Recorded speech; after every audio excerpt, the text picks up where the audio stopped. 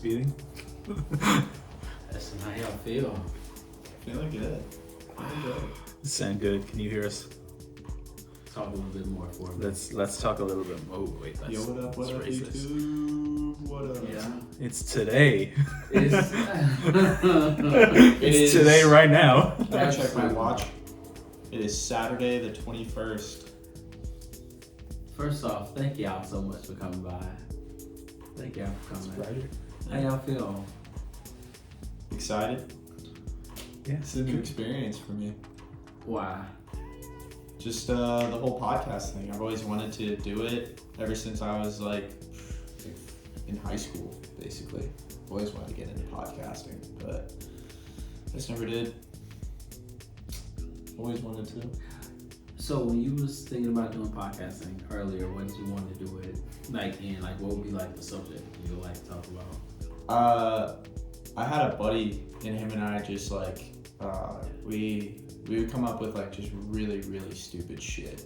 Like just like random stuff, you know, like I would text him like, yo, if I had a TV that could talk, I would name him Tank. And he would text me back like, oh, like you're a sloth. Just like really, really weird random stuff. And like we just wanted to have a podcast like that, just like definitely like comedy based. For sure. Definitely comedy. Tank the TV. I need to name my next TV Tank. I can see you doing comedy. I can see it. I remember when you were delivering your lines when we were on stage and directing one. Like you was like, and you're this, and you're that, and you're that. Yeah. I thought that was good. What about you? If you had to do it then, if you had to do any type of comedy, what would it be?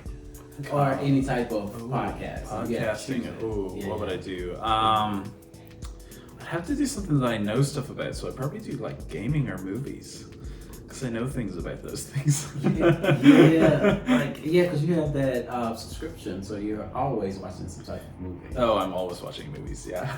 And I love going to the movie theater as well, which I now say movie theater instead of cinema, even though like in Europe we call it the cinema, because anything that's a theater is like a play or a stage play, and it's like fancy and you got to dress up in a suit to go to a play. And so anytime we talk about theater in Europe, it's like fancy, whereas like that's why we call it a cinema, and cinema to us is like, oh, that's like slacking, whereas everyone tells me here cinema is like, oh, the art of cinema, it's fancy. It's like it's completely different to the art of cinema. The art of cinema, because everyone calls it a movie theater, and it's like, oh, okay, yeah, it's just different. I like that. Yeah. I like it. I like that too. I would love to be able to just talk about like cinema. I think we have like a lot of history that we can review. Then there's like the current stuff that's going on. Yeah. And then there's like your favorite stuff that you always want to talk about, right? Oh yeah. Yeah, like a few of my favorite films are like Soul Food, and of course even Soul Plane as well. You probably don't know about Soul Plane, but like I just remember those characters. Like we didn't know. Have y'all seen Sister Act 2? Sister Act 2, Back in Habit. The second one, yeah.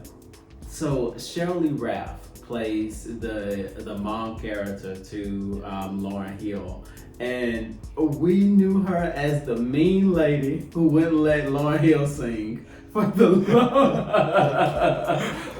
longest. Yeah, like she was this mean lady, and we swear, you know.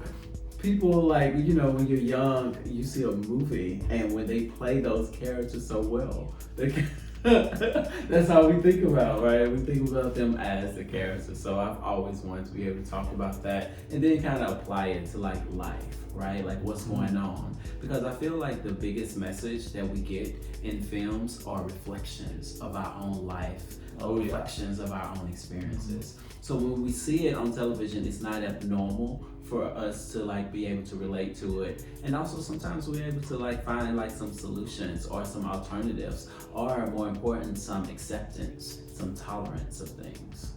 Is that how you feel when you go? I feel a lot of things, but that's I definitely feel that movies are a reflection of, especially society, a reflection of like what's going on, and I definitely feel like there's like Hollywood producers out there and executives going, ooh, this is topical right now, let's use this script. Right. Or let's make this movie because this is going on in the world.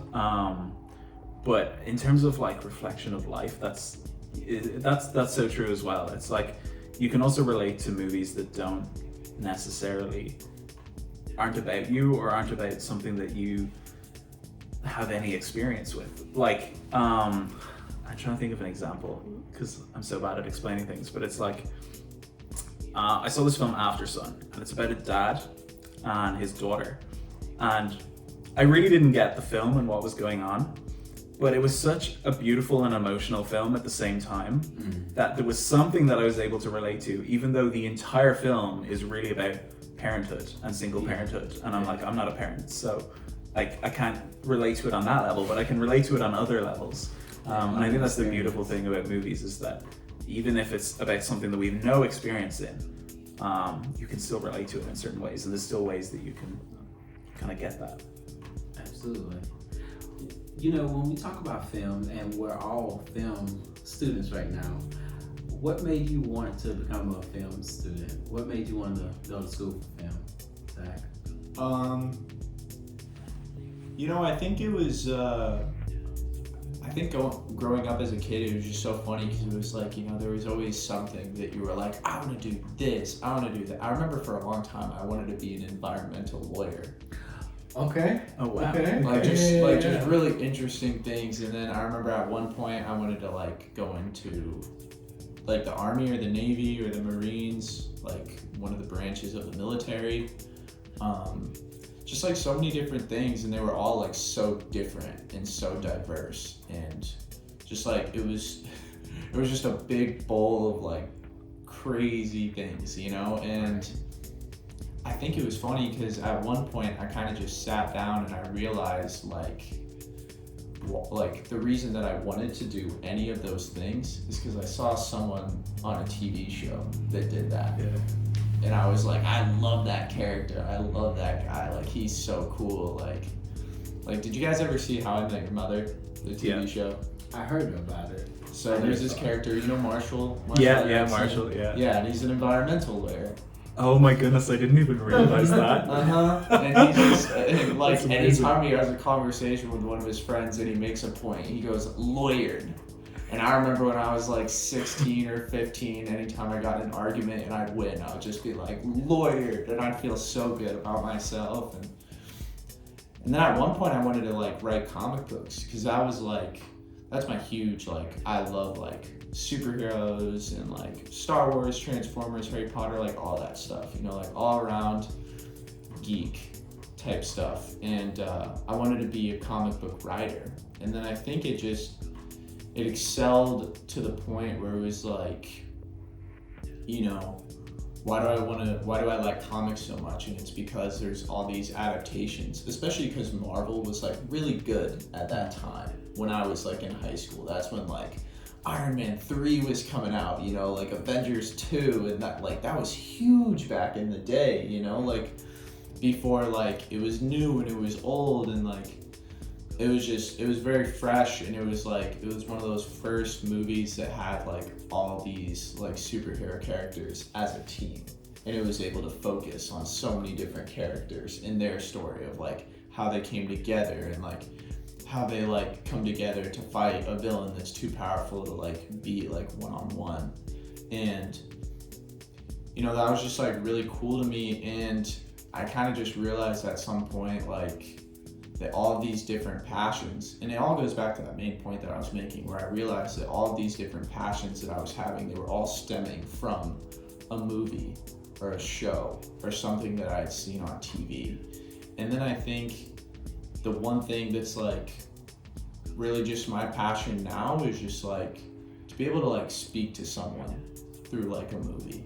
You know, if you have a movie or some product or some production or product or project that you worked on, and there's an audience member, and at least one audience member is like watching what you made, and they like feel something like in their heart, like that is like, that's very beautiful to me. And that sounds like super cliche and cheesy, but it just is, you know, like being able to tell a story that can speak to someone, that can inspire someone, you know, like TV to me was always like that was my distraction as a kid growing up. Like whatever issues I had, which like not like there were many, but still, you know, like I was upset about something, I'd watch a TV show. It would distract me. It'd pull me from my reality and put me into a new one that was like, there's always a happy ending, you know, it's friends, they're laughing, you know, the guy gets the girl, like whatever it was.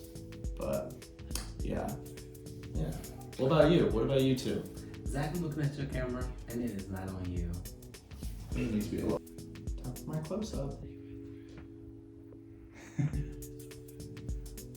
bit of you is in it, but not much. Okay, that works. Yeah. That works. But yeah, back to the topic. I got to ramble on for a good 5 minutes, so I want to hear your guys' take on what got you into film. Yeah, Nate, I'm really interested. I don't think I've heard this from you. Yeah. You sure about that? Maybe I have. I don't think so. All right. So I'll be honest with you. How do I explain it? I think there's going to be more and more that comes out that I'll be able to talk about. But I think the most part, I came to film because I needed a way to share a story.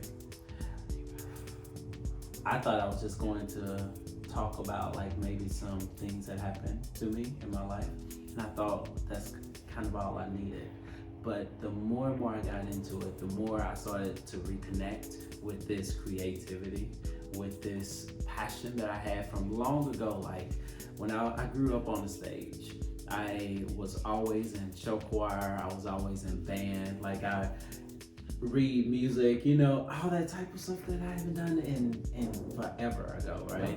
So it's amazing to think that I'm the same guy who was singing and dancing on the stage, right? Because of how life unfolds. And I was totally okay with that. I accepted decisions that I made in my life, and I was okay with moving forward. But then as I got into film, I started to realize that I'm a better storyteller than I ever gave myself credit for. I connect to being able to talk about a situation, and because I'm the storyteller, I get to come up with the solutions that are presented. I get to orchestrate this world where it's not so horrible, that we do have conflict, but we can solve them. I understand there's so many things that's going on in the world, but I also know that there's so much love, there's so much passion, there's so much emotions that really can lead us in the right direction. You know, not just for ourselves, but for others. So I decided to come on to do film so that I can own my narrative. That was what I started with, but I ended up saying, well, not only can I own my narrative and tell my story, but I can also tell many stories. I can listen, I can create, I can collaborate. It's fun, it's invigorating, it's very joyful. And more than anything, I'm now connected with that creative part of me that I lost a long time ago. So now I'm writing. I think I told y'all last month I got my first small article published. It was very small. It was more of a thank you letter, and it was awesome. But that was something for me, right? Something, yeah. Right. Considering that I haven't done anything like that in a very long time. So it's been really connecting me to a world that I basically like let go. Like in college, I got a scholarship. In college I did like picture perfect model, so I used to model a good bit. And so I got a scholarship for acting after going to Orlando, and I went to New York for the summer. And so, I mean, they was like paying me, right? They gave me a scholarship. Well, partly of the scholarship. I still had to come up with the remaining. But can you imagine like being able to go to New York because someone wants you there? Not because you're begging, but somebody's literally saying, we will even pay you to come here. So that was pretty cool for me. That was when I was in college. So after I graduated, or when I was graduating, it was like you either go back to New York and start back pursuing an acting career, or you submit full-time in the military. And to be honest, I went to the military full-time, and I realized why I did that. It wasn't based off passion, it was based off fear. The military provided a instant paycheck. It was going to pay the bills immediately. It wasn't something that I had to work at. I just had to actually do the work, right? When you're going for film school or you're writing or you're acting, that's something that you're going to have to work at for a while before you get discovered, before you really get money. So for me, it was a big deal for me to actually be able to have a job that would pay me directly out of college. Like right now, we keep talking about like, oh, what we're gonna do when we graduate. Like we talk about learning this craft or that craft, or hey, go. Avid is one of the programs we hear people talk about. They tell us that we're getting a PA or something. Well, when we graduate from college or some type of job, but that always seem like lowbrow. Every time we're told about when we graduate what type of job, it's like a very entry level beginning. And so when I graduated with my commission in the military, that was a job that wasn't so lowbrow. It was heavily respected. It was an instant job, and I would be traveling the world. I was joining at Bush's army. When I say Bush's army, I'm saying George Bush was president at the time. We were definitely at war, so we knew that we was going to be traveling a good bit. Oh, now I'm really telling my age. He's like, I was born.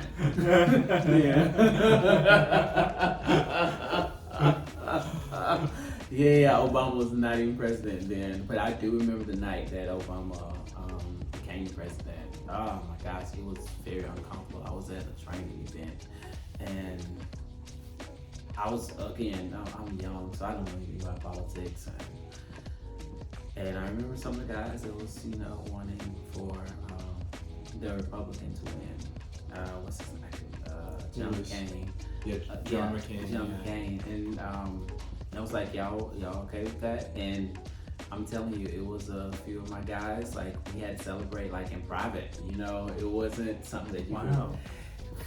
Yeah, politics, so you don't do politics in the military, really, but it's kind of okay to, like, go with whatever is popular at the time, to some degree, but I just knew that if you wanted to, like, be proud that Obama was the first black president, it wasn't something that you was really able to do out in front of everybody, or at least I didn't feel in the environment that we could, and a lot of other people didn't. So we just kind of like said, hey, you heard the news? Yeah, he's in there. But anyway, I'm getting far off subject. The point was, I wanted to tell a story. I needed to be able to own my narrative, and so film gave me a platform to do that.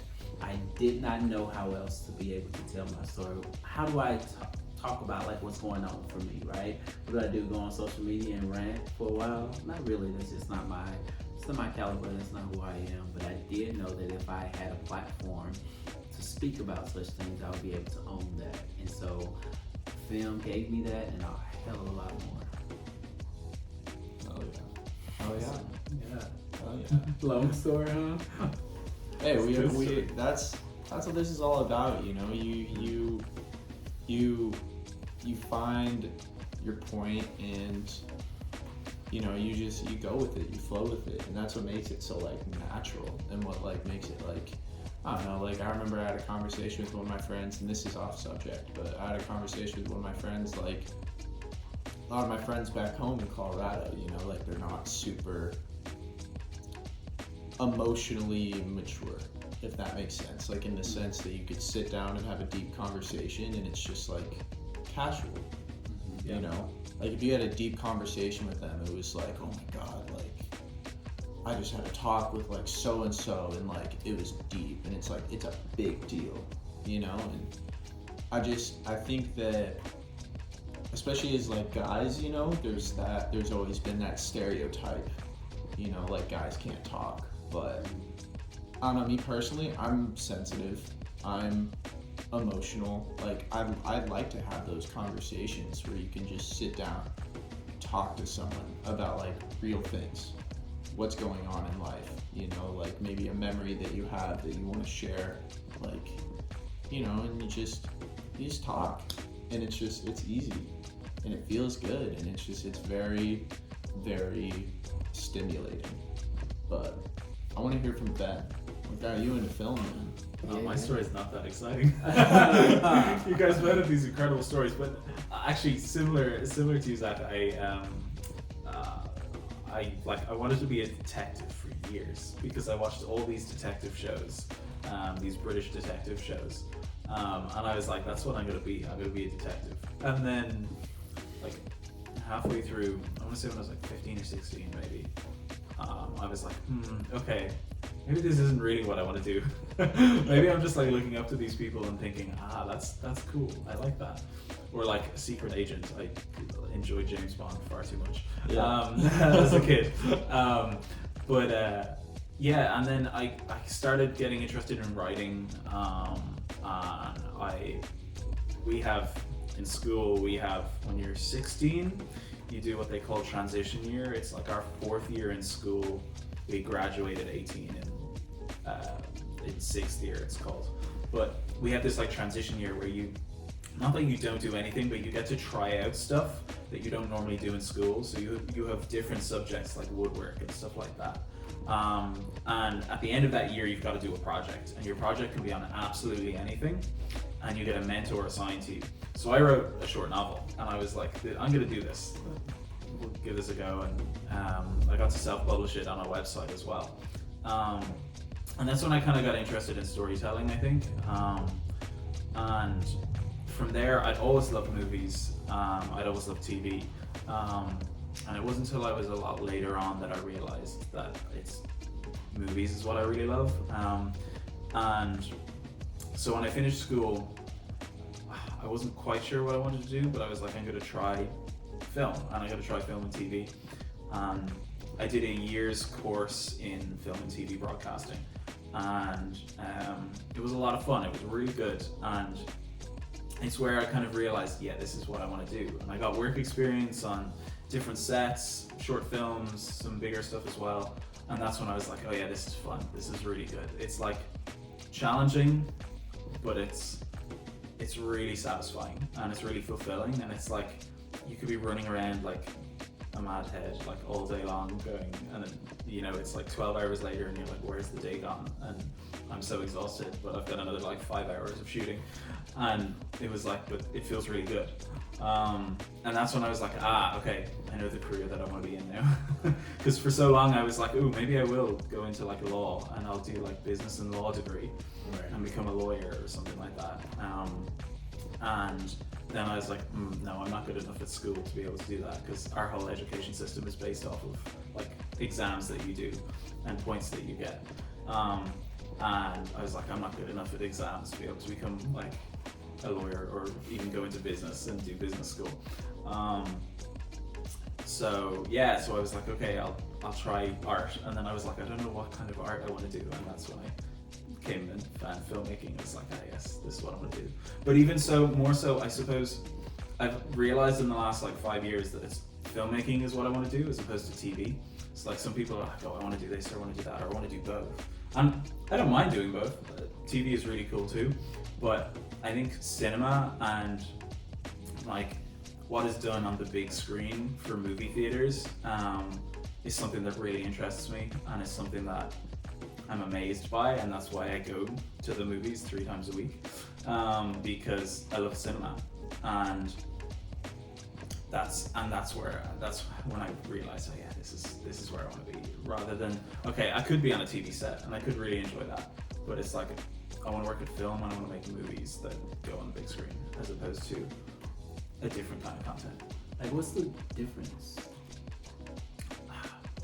There's a big difference. I think the big screen part is like probably like kind of majority of it, like when it, especially now with like streaming being everything, like dude, like I can't remember the last time I turned on cable.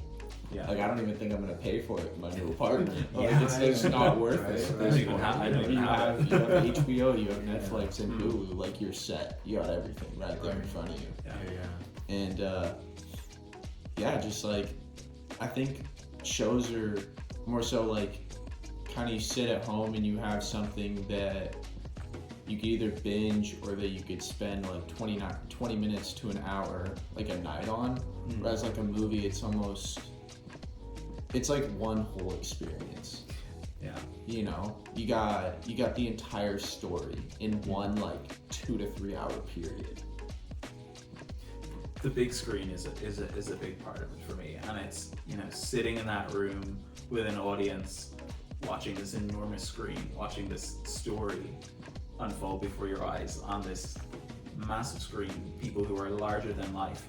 And you know, it's where we learned about it back in film history, but it's where the idea of stars came from.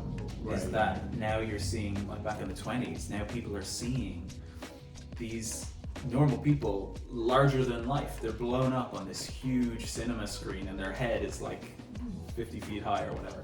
Well, not that big, but and it creates this different feeling and this different aspect than, I guess, what you get from watching it at home on TV, or at least that's what I feel anyway.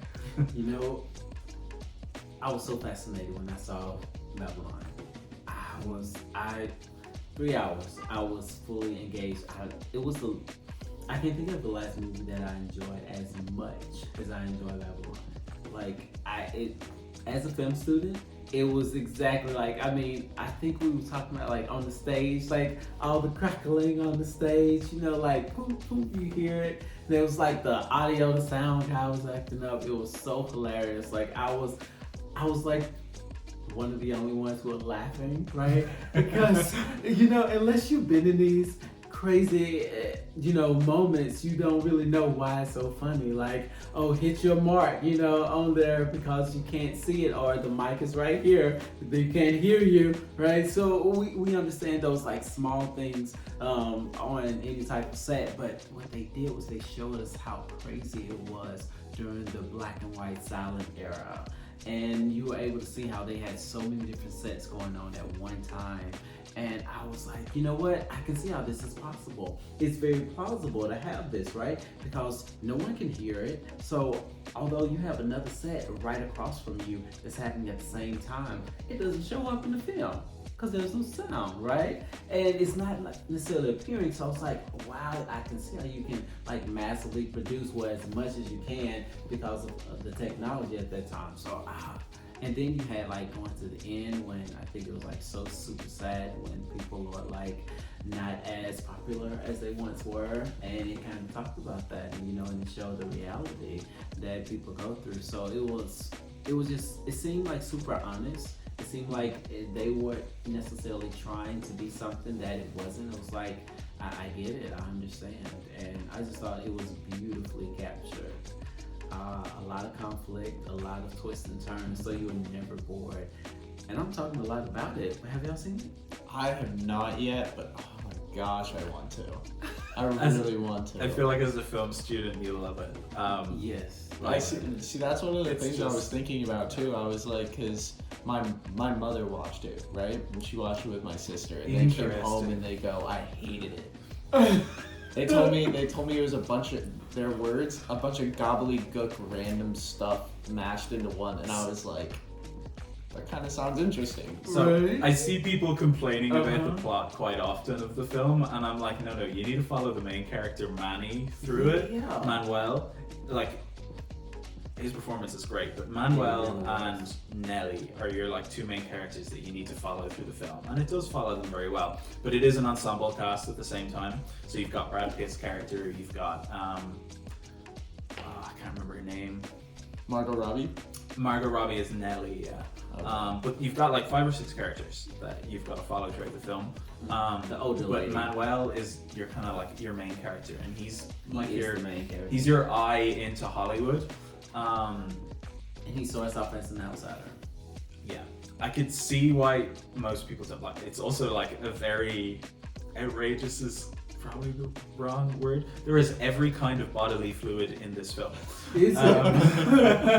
So to give you an idea, without doing any spoilers, there's an opening scene. Actually, it is the opening scene, and there is an elephant crapping all over the camera. Oh, that's what they told me. Yeah, that's what they told me, and like.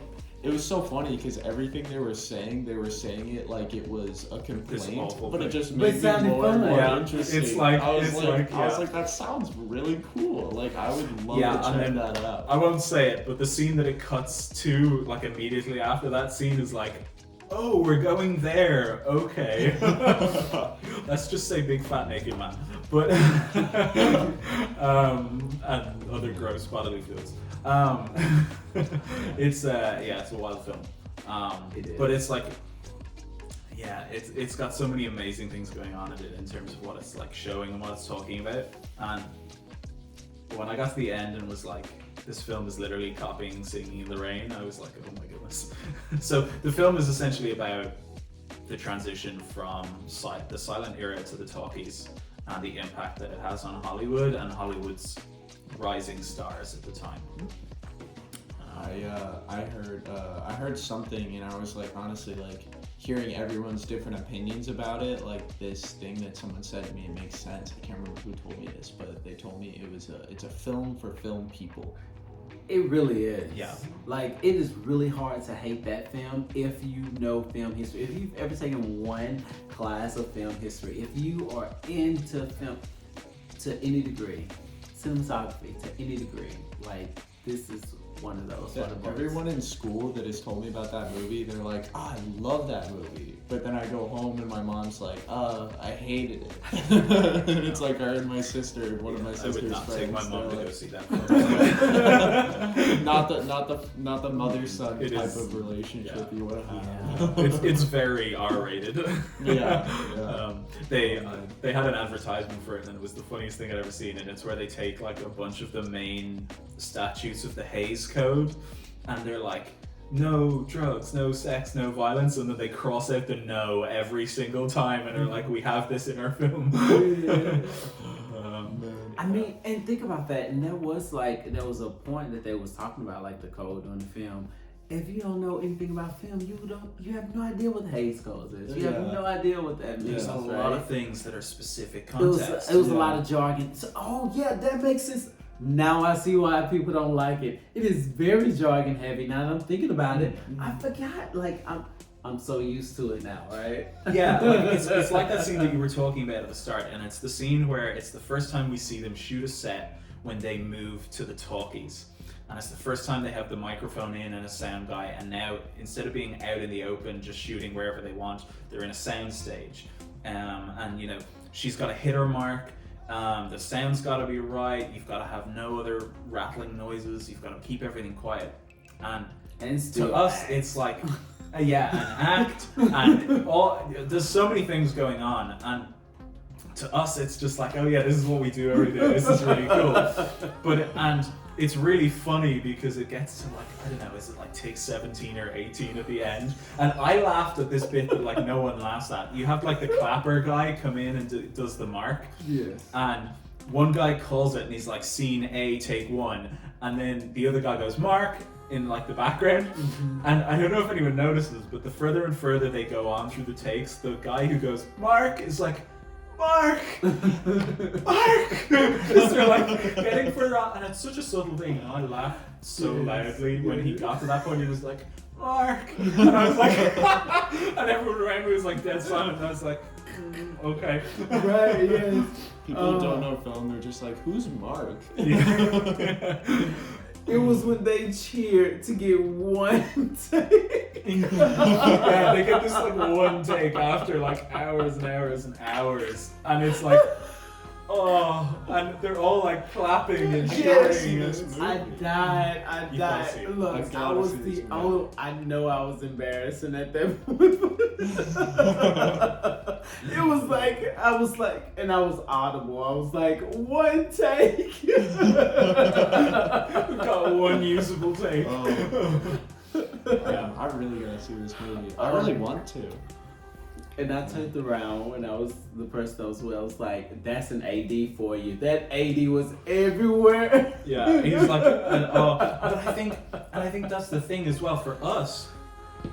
The specific context is that we get that pain and that like, oh, okay, it's got to be right, and everything's got to fall into place. Whereas I feel like audiences who just like don't work in film or aren't interested in it or don't quite get it. Yeah. Is like, it could be almost kind of scary because he's screaming his head off and giving this unbelievable performance, and it's like you could be like, whoa, like, oh, this is kind of scary. It's like, ooh, what? But like for us, it's like, he's got it. You go get him. I was like just amazed at like seeing everything, you know, and also you're thinking about yourself and like, I want this. Have I ever acted like that? You know, you want this to do like then that scene you see this audio. Like I remember one more part of that was you're looking at and you're automatically knowing which roles are which, and again. I can see how someone who doesn't know film doesn't, you know, understand that because they're fussing when Maggie was like, who is directing this film or something like that because the audio guy kept calling cut. It was so uncomfortable to watch him keep cutting. I was like, bro, you're not the director. You can't keep calling cut. I'm getting like anxious thinking about that. Like, yeah, that's just not etiquette. It's like simple things as well, and I think he does show it, and he does a good job of showing things, but sometimes it can be, if you don't quite get it, it can be difficult to see it and spot it. But it's like, you know, we know that that's the assistant director, whereas people who don't know any of the jargon of film might not understand that that's the assistant director, and he's responsible for the time on set and for the fact that they get it done in time, and that's why he's going up to the studio executives when they walk in, and it's like, okay, we're gonna get it. He's like, crap, this is my job on the line, and it's like we get that, but not everyone is gonna get that because it's specific context. Yeah, a lot of specific context from what I've heard. Yeah, you're gonna enjoy it. Yeah, enjoy it. I really will. I know I will. What else are you looking forward to seeing? Oh, I mean, I haven't heard great things about the new Avatar, but I do want to see that just because it's like The Incredibles, where it took them 10 years to make the second one. Like, why? Like, and he's already got like a second and a third lined up, already shot scenes for it. I'm like, dang, don't get me started on Avatar. We'll be here all night. Yeah. You know what I love about being in film is having conversations with my friends about like watching TV, because it's like I like ask them, I'm like, oh, have you seen this movie? They're like, nah, man, like I got shit to do. I'm like, yeah, this is my shit to do. I'm like, this is my job. This is my career, bro. I'm culturing myself in my career. I love that. And then they're like, but have you seen all 9 hours of Stranger Things season 4? And it's like, 9 hours? Yeah. You got time. Like, I watched that in like 4 hours, I thought. What by like that? Yeah. I will say sometimes it's hard to separate watching the film. I saw a film just yesterday. It was so horribly cut. I was like, it was just horrible, like in so many ways. Before I started film school, I would have been okay with it, right? Because I'm looking at the actors, I'm looking at the people that I recognize, and I'm like looking at the storyline. But especially going in editing school, you know, it's like, what are y'all doing here? Yeah. Like, it's just like random cutting, and then these angles. Like, I hate angles that are angles just to be angles, right? like, what purpose did this serve? I felt like when I was shooting, like I had to justify everything I did, and I didn't do something because I couldn't justify it.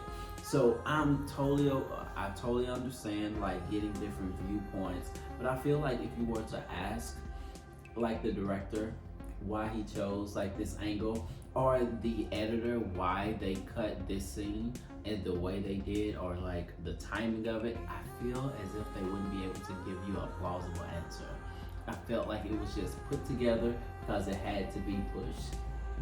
Like they shot and I was like, wow. So now you see that, and I'm so used to now having to provide an explanation or being able to give direction. So I know sometimes I may pause, be like, let me think for a moment, right? Or something like that, because I feel like if you're going to put time into something and you're going to show something to the world, like you should at least be able to justify. You should be able to justify it. Yeah. So I just looking at this film, I was like, wow, you can really get away with this. I feel like they just got a paycheck and ran. Yeah, like articulating your vision is such like an important thing, and if you can do that and you can get people on board, you're flying. So even if it's absolute crap, but you can get people on board, and especially the people who pay money, Right. you're flying. It's a great thing to like notice that too. Like now that we're in film school, like you're realizing you're watching a movie or something, and you like are like, wow, like what was the motivation for that cut that they just made? And it's like you're thinking about that, and honestly, like I wouldn't have questions like that before I went to film school. You know, like, and I feel like that's a really great way that we've just kind of learned and adapted through being in film school to like the way we watch movies now. You know, and it's not like we're like critiquing, but at the same time, it's like we kind of are a little bit, because we're seeing things and we're thinking like either why they did that or how they could have made that better, or why something was like completely unnecessary. And yeah, I think that's a really great way to like watch movies now. And yeah, going to film school is definitely like, it's completely changed the way that I like watch things. It's completely changed the experience for me. Completely get that. I just watched Puss in Boots: The Last Wish. And it was actually really good. I've heard really great things. It's actually incredible, but I was literally the whole way through going, okay, so this is the part of the journey where he gets sent off. Okay, here's the midpoint. Now, where's the lowest part of the film? I was literally doing like the 5 plot points of narrative structure, and I was just like going, oh yeah, that's where it is. Oh, that's that point. And I was like, I would have never thought of this before. Yeah, it was just like except for the fact that that's what like I'm seeing the story arc now, and I'm like, okay, so this is where it follows it. Yeah. But yes, on a random other note, yes, Puss in Boots: The Last Wish was actually really, really good. The animation is beautiful. The story is really good. It really spoke to me because it felt like some kind of Pirates of the Caribbean almost in terms of the adventure side of things. It was like so much fun. But yeah, and it's been reviewed really well. Like critics love it, and it's been nominated for a number of things. I think it was nominated. No, I'm not going to say that because I could be wrong, but I think it was nominated in the Golden Globes for alongside Best Animated Feature. But I know Pinocchio won. Guillermo del Toro's. I haven't seen that either. I'm surprised how well people like that. Have you seen it? I haven't seen it yet. I mean, it's a different type of. So I'm used to animation looking a certain way. I forgot what the type of animation. Stop motion. Yeah. Okay, yeah. So it's a different look. So I'll say it's not my favorite. It's not fair enough. That's fair enough. So that's like, I mean, the storyline. I do feel like it gave more of a backstory to the Pinocchio. To what's the father name? Oh gosh, this is gonna haunt me. Giuseppe? Yeah. No, it starts with a G though. Yeah. Exactly. I can. But anyway, but it I gotta look it up. Geppetto. I didn't even get to it on my phone, but Geppetto. That's it. Yeah. So it definitely gave Geppetto like a whole lot more character, because I remember Geppetto was only a person who was longing for a son, right? Yeah. And so then he finally has a son, and he gets into trouble, so he goes to search for him, and yada, right? So it's always been this very one-dimensional Geppetto type of character, right? Here, first he had a real son at first, and then his real son like passed away. Spoiler alert. But anyway, I'm gonna stop. But it's not so much because of the way they tell the story. But anyway, so it gave all this backstory, and then the Pinocchio, he didn't see that as a gift. He saw it as like a curse, and he didn't really want him and stuff like that. Yeah, so you got all this Geppetto characters. I was like, I thought he was just, it was what he wanted forever. So now you get the backstory of him losing his son, and so there's a lot of Geppetto type of like I said, backstory more than you get in anything else. So is Jimmy Cricket or whatever that character is he in the whole film? He's the narrator. He's the narrator. But is he in the film like a cricket grasshopper or whatever? And is he in the whole film or just in a little bit of it? Yeah, that's how we get all the story, because he's basically telling the backstory, right? Interesting. Yeah. So I just learned recently original Pinocchio story and Oh. the original book that it was written from and the myth that it is. Tell And us. Pinocchio kills Geppetto Ah. at the beginning of the story. That's one of the things that happens. Not Geppetto. Sorry, not Geppetto. Oh my goodness, I've said the wrong name. The grasshopper, Jimmy Cricket. He Oh. kills Jimmy Cricket Okay. because he throws, I think it was a mallet or a hammer, and he throws it too hard and it hits him. And Pinocchio is like a horrible person in the original myth, in the original story. What? And Disney just changed it completely, and now everyone does a nicer version of it. But I was kind of interested to see the new one by Guillermo del Toro because You he's a saw it, he's a right? horror. No, I haven't seen it yet. It's a horror? Well, no, he's kind of a horror Oh, he's Esque. like a horror filmmaker. director. And I was interested to see his take on it because it is quite a dark story. Mhm. And Pinocchio just like messes up the whole way through the story. He's like a horrible kid. He's something like a horrible kid in this one as well. Disney and their That's happy right. endings. Also, there's the, we say Hamlet, what do you call it? Hammer, something like that? Mallet, there we go. You'll see that in there. It's not quite like it, No. but it is a close call. It's a close call. Yeah, Okay, yeah. so they put it in, but they didn't They- kill him. right. No one dies, but it's Yeah. close. Yeah. That's not even the worst bit. It's a wild story, and there's many parts to it. It's a big book. Like there's a lot going on in that story. Well, actually, it's a very small book, but there's a lot of plot points. There's a lot of things going on in it. Like it's crazy. I was gonna say this should be the name of our episode right here, just Pinocchio lore. Yeah. I wish I knew more. I wish I was paying more attention when I was going through it. But it was like it's actually fascinating how like Disney just took it and we're like we're gonna make it family friendly and Yeah. nice. You guys like Star Wars lore? No. Pinocchio lore? Yeah. That's why you're Now we're really here. talking. Let's do it. And I thought you were gonna have me on Avatar. Yeah. So, what is the story that you're looking forward to seeing that you haven't seen? Since you do these movies, what, like 2 movies a week? 3? He's I'm keeping not- up to I'm- his I'm schedule. not gonna He's plug got a AMC notes still. page. What film am I most looking forward to? Yeah. Next week? Next week. Next week I'm going to see Close. It's a French film.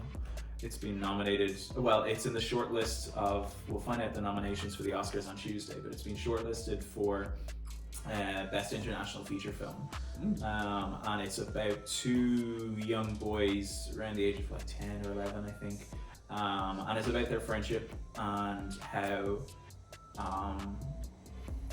their friendship is interpreted by other people and how they see the 2 of the boys. And yeah, it looks really interesting. It looks really emotional. It looks beautifully shot.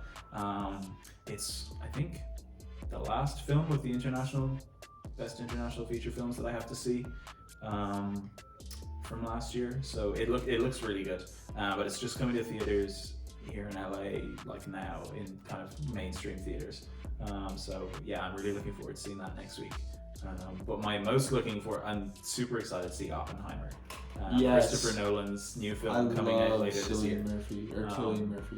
Yeah, I love Cillian Murphy, but Oppenheimer looks really interesting. I can't believe they like shot an actual nuke going off for the film. Yeah, where did they do that? You like, yeah, like Okay. they went all out for this film. Like it's. I don't know if it's going to be incredible or if it's just they've done incredible things with it. The production company gives some you people 100 have a square love. miles. Yeah, some people have a love-hate relationship with Christopher Nolan and his films. I love them,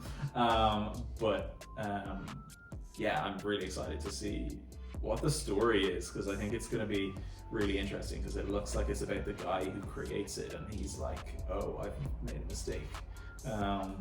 Is what it looks like, but I really don't know. Yeah, kind of like him coming to terms with like his creation. Yeah.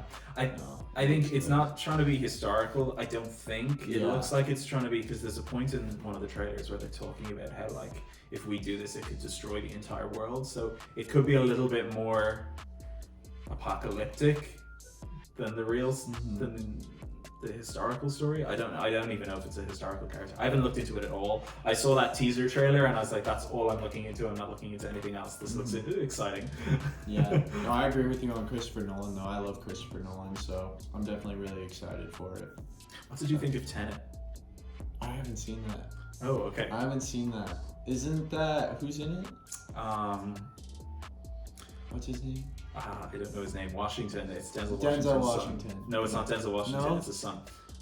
John something Washington. He's got a double barrel something I name. said Denzel Washington's son.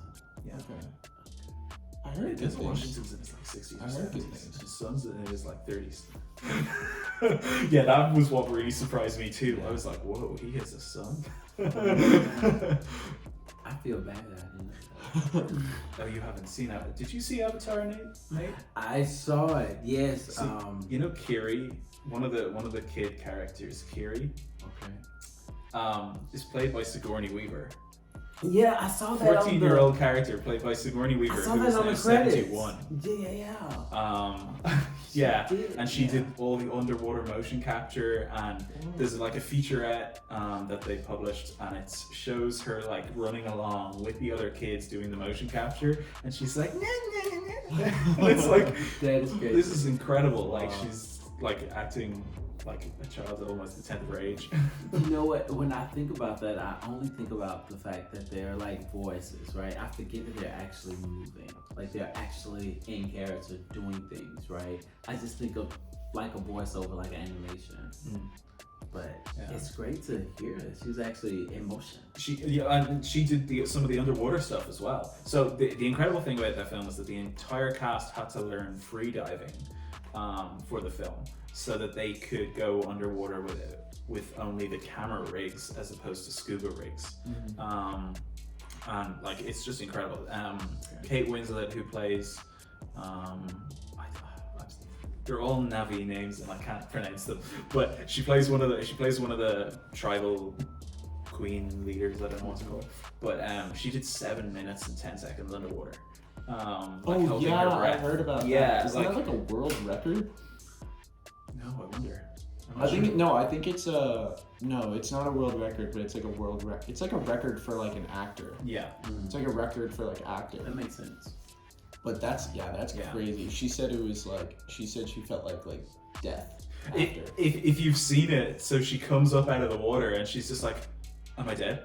Am I dead?" And her like diving instructor is like holding her and he's next to her and he's like, "Guess what that was?" And she was like, "It's gotta be like 6 minutes." And he's like 7, 10. And it's like nice. It's like some of the stuff that they had to do for that film is pretty incredible. Yeah. Like who was talking about? One of the actors was talking about how it was easier for him to just for them to give him air underwater rather than coming back up to the surface for air, because they had to shoot it quite low down in the water, and the pressure coming up and down he was like having trouble with that. So rather than going up to get air, they just feed him air through like a oxygen mask or whatever.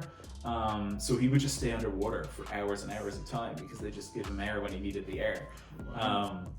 And yeah, he talked about coming out like a prune, just so like Just raising fingers. But yeah, it's like That's so awesome. Yeah. What did you think about the film itself? Do you want me to go into? I both love it and hate it at the same time. Okay. So the story, there's so many contrivances in the story that just I'm like, oh, this is ridiculous. Like the two kid characters just the two brothers just make the same mistake over and over and over again, and it just really bothers me. It's like, come on, learn. Yeah.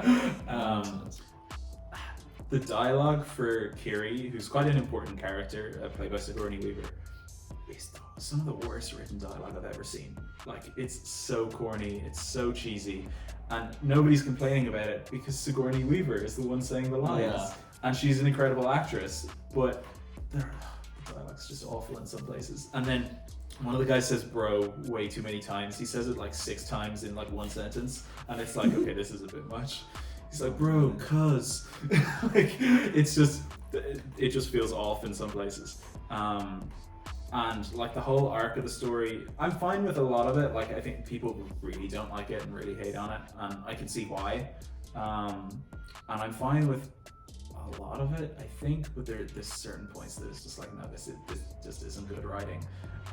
Visually, obviously, it's incredible. It does make a difference what theater you see it in.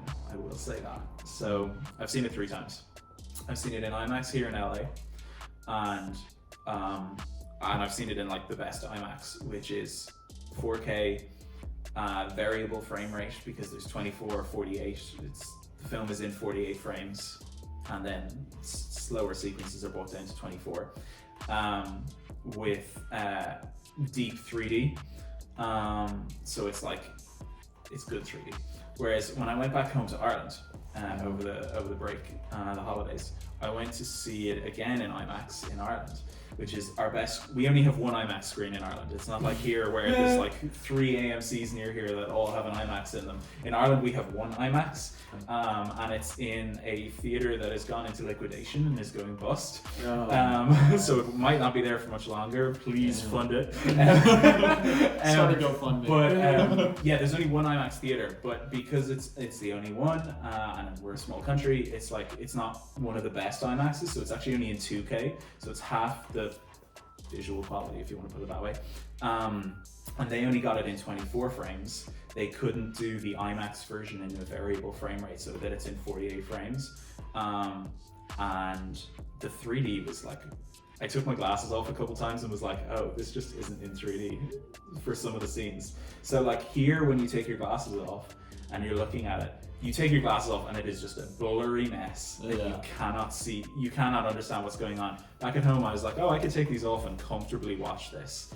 Like it really wasn't making much of a difference. So in terms of the 3D, it meant like close up on people's faces. When I saw it in the IMAX here, their face was like super deep, and it just went on for ages, and it was like, whoa, this looks amazing. And then back at home, it was like, oh, this is just 2D. This is just normal. It's not that. It didn't have that same effect. Okay.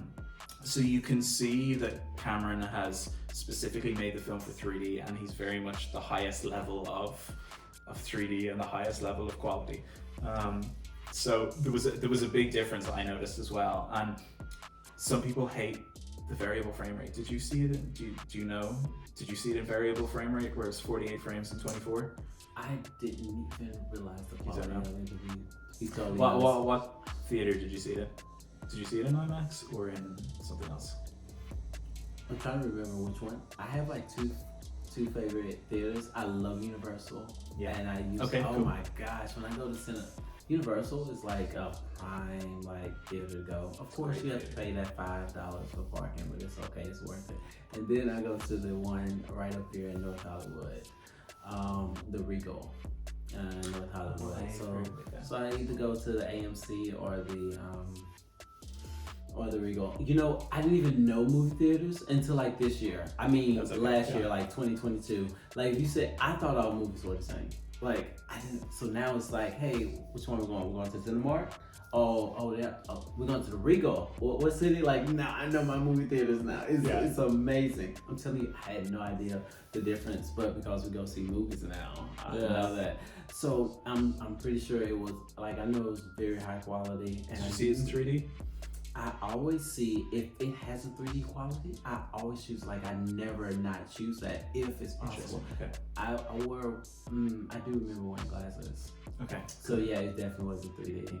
And was it on the big massive screen? Absolutely. It wasn't on the left and right screen. I know it was just a massive front screen. I know sometimes what is it called when they actually go on the right? Screen X. Yeah. Screen X. So no, it wasn't Screen X. Yeah. But it was a massive thing. I actually haven't seen anything in Screen X yet. Really? I'm surprised to see that. I thought it was normal for you. I can't imagine. No, I just can't imagine. I really need to understand how it works, I think, to decide if I want to go see something in it, because it's very much they make your film for the screen that you're looking at for whatever the frame is, and no films are, I don't think so anyway, made for Screen X where you've got 2 extra screens either side of you. And any of the images that I've seen have taken existing films and it kind of stretches them. Oh. Like I don't know they if had I an like advertisement that. for Ant-Man and the Wasp: Quantumanium, and I saw the picture and it was like stretched across it, and I was like, that's Yeah, if that's what it is, I'm good. You guys see the trailer for that? Which one? Quantum Mania? Oh, no, I haven't. It's alright. You Yeah. gonna see it? It's alright. I think I will see it in 3D. No, unlike yourself, I tend to only go to see films in 3D that I think the filmmaker has made them for 3D, which isn't a lot of films. But this one actually, I thought I saw the trailer. I saw the IMAX 3D trailer when I went to see Avatar, and I was like, maybe I will go to this in 3D. Yeah. So what did you see Black Panther in? I saw Black Panther in the IMAX, as well, but not in 3D. It wasn't made for 3D. What did you see it in? Did you I see think it I in just 3D? saw it in like a regular theater. Okay, I guess I'm Pretty not normal. Yeah. There would definitely be certain scenes in that would look really good in 3D, but it's like if you don't, it's like how we're making movies. It's like suddenly if we have to go, oh, we're going to show this in 3D, how do you think differently about what you're putting in the frame and how you're putting it in the frame? Okay. And from what I can tell and from what I've read, a lot of filmmakers don't do that. There's certain films that are, and that they do that, and then it's like you go and see them in 2D, and it's like, oh, okay, this is different. But yeah, no, I'm not. Yeah, I wouldn't go to 3D normally. Okay. Can't rip a casual 3D. But there's that market there, though, like, Yeah. because a lot of films will release in 3D as well. Like Black Panther was in 3D, and actually every film that goes to the IMAX pretty much normally has a 3D version, from what I can tell. Absolutely, I love that. Alright, now that we're at a quick point, Yeah. I do have to depart just because I gotta make it to my train. I love the fact that you said that because I was literally about to say we have met our quota of the hour. We're like at 1:05. So this has been absolutely great. It's been awesome, guys. This is awesome. This was great. I'm looking forward to more episodes. Yeah. Like Zach came through. I'm so like, what? Look, But I Zach texted came you, man. all the I way. texted you. I know. I DM'd right? him. I was like, yo, we doing this or what? Like, what's up? I know, like, you know, it's great to just see you in the fold, bro. Like, Yeah, it's no, great I to love see you being in here, the man. fold. Like, thank you for inviting me. This has been awesome. I hope to do more, dude. I honestly, like, this has inspired me. Like, I'm gonna go on Amazon right now and buy myself a podcast kit, dude. Like, straight up. That part. Yeah, that's what's up. Yeah. Man. You know, you can find you definitely gonna find what you want. Yeah. Do you have an idea of what you want to name it? First episode, you could tell us right now. Oh yeah, kind of. Episode 1. Or like name the podcast. Oh my god. Like the overall podcast. I don't have a name. You know what? Oh my god, I just thought of a name. Go for What's it. that? You could be like a date with Nate. A date with Nate. You went with that. I was thinking Nate's mates. You would. All would. good choices. That's Nate's a so, good name to, like, that's rhyme so with. European. British more than anything. Yeah, like definitely, yeah. Oh my gosh. This Um, is fun. So I definitely would love to do this again. with you Yeah, guys. absolutely. Yeah. Absolutely. Like, you know what? Okay.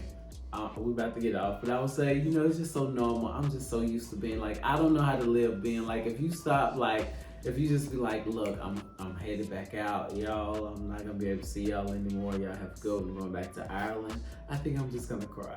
Yeah. Don't let it happen. Films in California. Absolutely. Yeah. But having you, Zach, is like a guest of honor. You know, it's Dude, been great. I mean, you're humbling me. Or I'm humbling myself. Yeah, You're man, good. I love being Yeah. here. Excellent. Well, I guess we're about to stop our recording. Anything else? No, nothing from me. Any final words?